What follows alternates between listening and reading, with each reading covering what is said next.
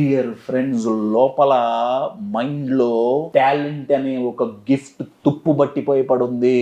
మీలో స్కిల్స్ ఉన్నాయి, ఎబిలిటీస్ ఉన్నాయి ప్రతి ఒక్కరిలో.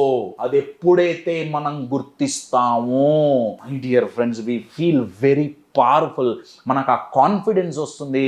అప్పుడు మనకంటే ఎక్కువ స్థాయి వాళ్ళని మనం కలిసి మాట్లాడాల్సి వచ్చినా వాళ్ళకు గౌరవం ఇస్తూ సేమ్ టైం మనల్ని మనం మన ఒపీనియన్లో, మన చూపులో మనల్ని మనం నిందించుకోం.